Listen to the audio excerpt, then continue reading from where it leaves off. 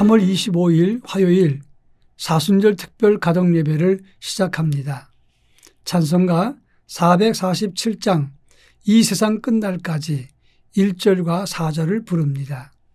이 세상 끝날까지 주 섬겨 살리니 내 친구 되신 주여 늘 함께 하소서.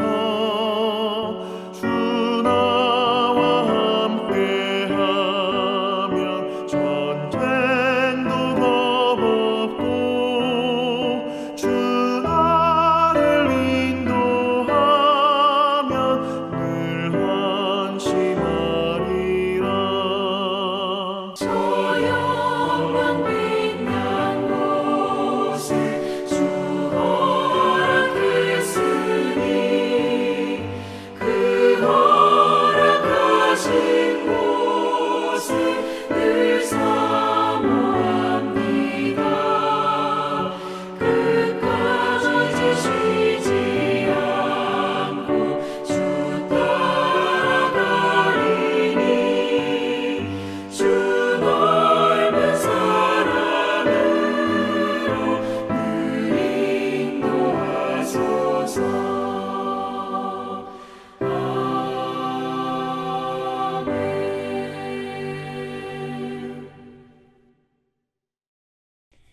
이 시간 우리에게 주시는 하나님 말씀은 구약성경 에스겔서 17장 7절로 10절 말씀입니다.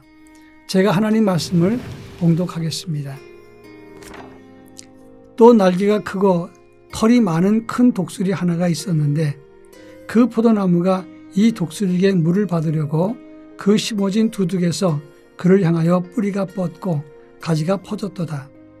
그 포도나무를 큰 물가 옥토에 심은 것은 가지를 내고 열매를 맺어서 아름다운 포도나무를 이루게 하려 하였습니다. 너는 이르기를 주 여호와의 말씀에 그 나무가 능히 번성하겠느냐? 이 독수리가 어찌 그 뿌리를 빼고 열매를 따며 그 나무가 시들게 하지 아니하겠으며 그 연한 잎사귀가 마르게 하지 아니하겠느냐? 많은 백성이나 강한 팔이 아니라도 그 뿌리를 뽑으리라. 볼지어다 그것이 심어졌으나 번성하겠느냐? 동풍에 부딪힐 때에 아주 마르지 아니하겠느냐? 그 자라던 두둑에서 마르리라 하셨다 하라. 아멘. 성경을 읽어보면 하나님이 사람들에게 말씀하실 때 그 말씀을 깨닫지 못하는 경우가 많습니다.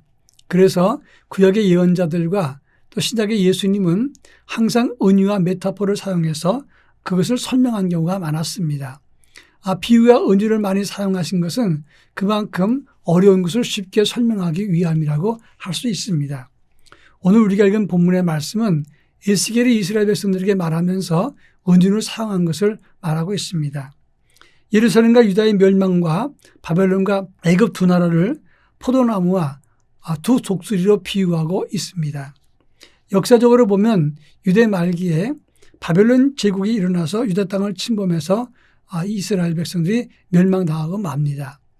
여기서 말하는 바벨론은 3절에 깃이 길고 털이 숱한 큰 독수리로 이렇게 설명을 했습니다.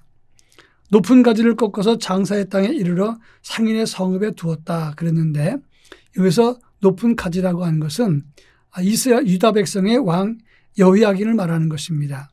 그를 장사의 땅에 두었다 그랬는데 이 장사의 땅은 70인역이나 벌게역에 보면 가나안 땅으로 번역을 했습니다. 그러나 정확하게 설명하면 이 장사의 땅은 상인이 많은 상업도시를 말하는 것입니다. 그러니까 바벨론의 큰 도시로 유다왕 여호야긴을 끌고 갔다 이렇게 말할 수 있겠습니다. 여호야긴이 이제 바벨론에 의해서 쫓겨난 다음에 그 대신에 시드기야를 왕으로 세웠습니다.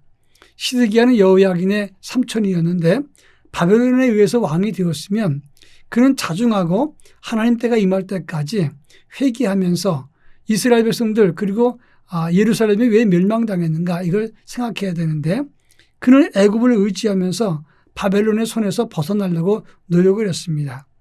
여기서 말하는 애굽은 본문 7절에 나오는 날개가 크고 털이 많은 큰 독수리였다고 하는 것입니다. 근데 이스라엘은 포도나무로 비유를 했는데 독수리에게 물을 받으려고 가지를 뻗었지만 그것들이 어찌 물을 줄 수 있겠느냐 이렇게 말씀하고 있습니다. 너희는 동풍이 불 때 다 마르리라 이렇게 말씀했습니다. 여기서 말하는 동풍이라고 하는 것은 시로코풍이라고 하는 아라비아 사막 바람을 말하는 것입니다. 아라비아 사막이거나 가나안 남동 지방의 사막의 열풍에 의해서 이 포도나무가 멸망하고 말 것이다 이렇게 말하고 있는 것입니다. 본문의 의미가 무엇인가를 좀 더 구체적으로 살펴보겠습니다.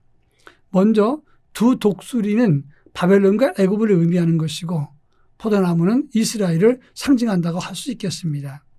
근데 문제는 포도나무가 7절에 보니까 독수리를 바라보고 물을 받으려고 한다는 것입니다.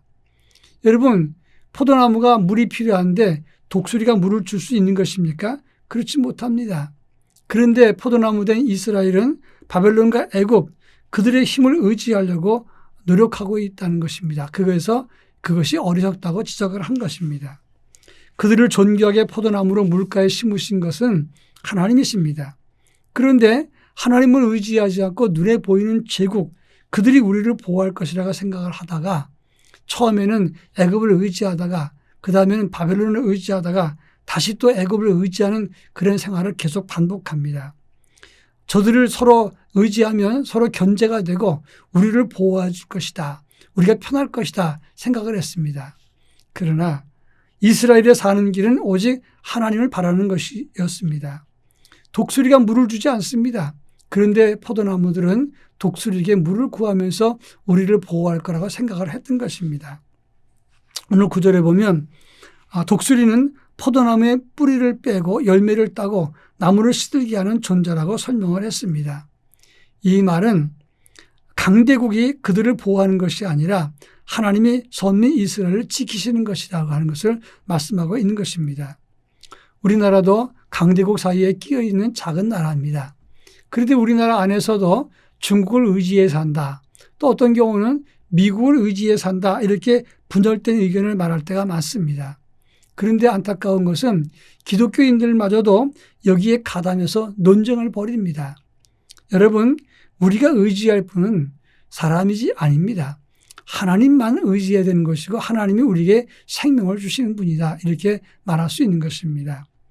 동풍이 불면 아라비아 가나안 남동쪽 사막 바람이 불면 바벨론 제국에 의해서 다 말라버립니다.